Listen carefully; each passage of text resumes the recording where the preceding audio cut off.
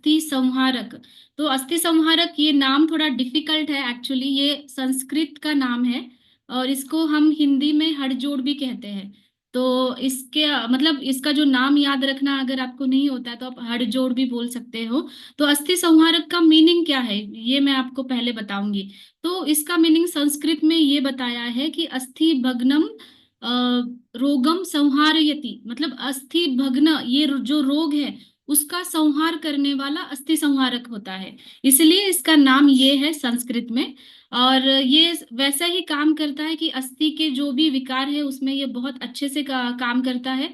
जैसे हिंदी में हड़जोड़ कहते हैं, और अस्थि संहारक एक जो वनस्पति अभी आपको दिख रहा है वो जनरली बहुत सारे लोग खाने में इस्तेमाल करते हैं। साउथ साइड में भी वो करीज में वो डालते हैं, उसके जो शूट्स होते हैं, या फिर आपको अभी दिख रहा होगा एक वनस्पति वहां पे। तो ये खाने में भी इस्तेमाल होता है, लेकिन हमारे पास वो वनस्पति अवेलेबल नहीं है, इसलिए हमें एक अलग अलग फॉर्म में उसको लेना पड़ता है, जैसे हमारे पास अभी पाउडर फॉर्म में है। जैसे इसको हड़जोड़ कहा गया है, नाम में ही आता है, ये बोन जॉइनर है, बोन्स की हीलिंग करने वाला है। और ये आयुर्वेद में बहुत से सालों से ये यूज करते आ रहे हैं, जैसे कि सुश्रुत संहिता में भी अस्थि भग्न का वर्णन आया, मतलब फ्रैक्चर्स फ्रैक्चर्स की चिकित्सा में इसका वर्णन आया है। बहुत सारे आयुर्वेदा संहिताओं में भाव भाव प्रकाश में भी इसका बहुत अच्छा वर्णन आया है।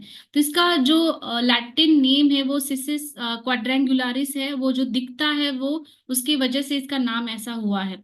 तो ये जीएमपी सर्टिफाइड स्टैंडर्ड से बना हुआ हमारा अस्थि संहारक पाउडर है। स्पेशली ये बोन्स को हमारे स्ट्रांग बनाता है, उसके नाम में भी है अस्थि संहारक। उसको अस्थि श्रृंखला नाम से भी जाना जाता है। अस्थि श्रृंखला मतलब वो दिखने में ऐसा दिखता है जैसे हमारे बोन्स के ऊपर बोन्स है। जैसे हमारा स्पाइन है, स्पाइन के जो वर्टिब्राज है जैसे दिखते हैं वैसे वो दिखता है। तो इसलिए अस्थि श्रृंखला कहा गया है, इसको वज्रवल्ली कहा गया है, क्योंकि हमारे बोन्स को ये वज्र की तरह ताकत देता है, इसीलिए उसको वज्रवल्ली कहा गया है। ये जॉइंट्स की जो फ्लेक्सिबिलिटी है वो बढ़ाता है, क्योंकि आजकल हम देख रहे हैं कि ऑस्टियोपोरोसिस के जो पहले के लक्षण हैं, जैसे कि हड्डियों में दर्द होना बहुत जल्दी शुरू हुआ है। लगभग ये पहले जो होता था 50s के बाद या 45 के बाद ऐसा दिखाई देता है, लेकिन ये 20s या 30s में ही बहुत सारे लोग बोलते हैं कि स्पेशली नी जॉइंट में, क्योंकि घुटना जो है हमारा पूरा वेट बियरिंग जॉइंट है, पूरा शरीर का वजन उस पे आता है। तो इसीलिए पहले जो डिजनरेशन शुरू होता है घुटने से शुरू होता है, दर्द वहीं पे शुरू होता है। फिर बहुत जो फ्लेक्सिबल रहता है हमारा जॉइंट वो है लोअर बैक जो होता है। तो लोअर बैक में भी जो अभी आपको दिखाई देता है कि बहुत सारे लोगों में कभी कभी गैप हो जाता है लोअर स्पाइन में, या फिर सर्वाइकल स्पाइन का भी तकलीफ होती है बहुत सारे लोगों में।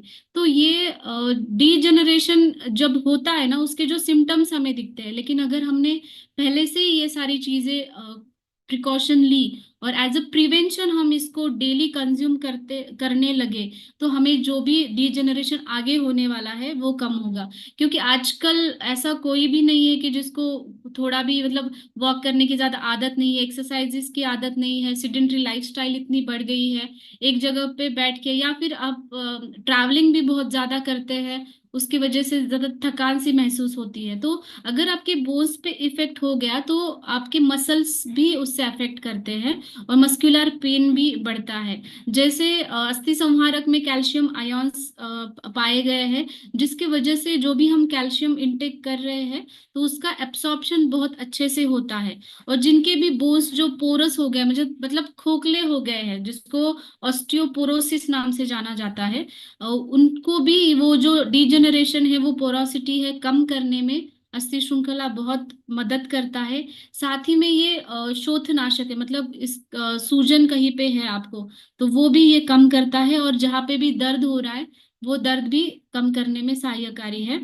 तो ये अस्थि के बारे में तो इसके नाम में ही आता है, लेकिन अस्थि के अलावा भी ये बहुत सारे चीजों में पाया, आयुर्वेद में इसके बेनिफिट्स बताए गए हैं। जैसे कि ये हमारा बॉडी फैट रेगुलेट करने में भी बहुत अच्छा इस्तेमाल करते हैं, क्योंकि ये दीपन पाचन है। दीपन पाचन मतलब जो आप खा रहे हो उसका डाइजेशन अच्छे से करने वाला। साथ ही में ये वर्म्स में भी बहुत अच्छा काम आता है, जो कृमि जो बोलते हैं छोटे बच्चों में होते हैं उसमें भी ये बहुत अच्छे से काम करता है। स्पेशली वात और कफ के जो डिसऑर्डर्स हैं उसमें ये अस्थि संहारक चूर्ण है जो है वो बहुत अच्छे से काम करता है। तो ये जब बच्चों की भी ग्रोथ एज होती है, कभी कभी ग्रोथ एज में बच्चों को खाना अच्छे से न्यूट्रिशन नहीं मिल पाता, तो उनकी ग्रोथ की जो एज है वो भी चली जाती है, या फिर टीनेजर्स में मेनली उस टाइम पे भी बहुत जरूरी होती है ये चीजें, तो आपको उनको कंज्यूम करने के लिए देना चाहिए। इसका जो डोज है वो 3 to 6 ग्राम्स पाउडर है। अगर आप टीस्पून में कहे तो 1/2 to 1 टीस्पून आप इसको दे सकते हैं। आप गुनगुने पानी के साथ भी इसको ले सकते हैं। और अगर आपको एक्सटर्नल एप्लीकेशन करना है, आपको सूजन है कहीं पे, तो आप इस पाउडर को गर्म पानी के साथ उसका लेप भी लगा सकते हैं। जैसे कभी कभी पैर में मरोड़ आ जाती है हम चलते चलते, या फिर कभी कभी आपको कोई डिसीज है, संधिवात है या फिर आम वात है, ऐसे डिसीजेस अगर होते हैं तो वहां पे भी आप इसका लेप लगा सकते हैं। तो इसको इंटरनली भी उतना ही बेनिफिट देगा और एक्सटर्नल एप्लीकेशन भी ये पाउडर फॉर्म में है, इसके कारण आप कर सकते हैं। इसके बारे में बताया गया है। अगर आपको और जानकारी चाहिए, रेफरेंसेस चाहिए, तो आप इसकी फोटो लेके ये रिसर्च पेपर्स पढ़ भी सकते हैं।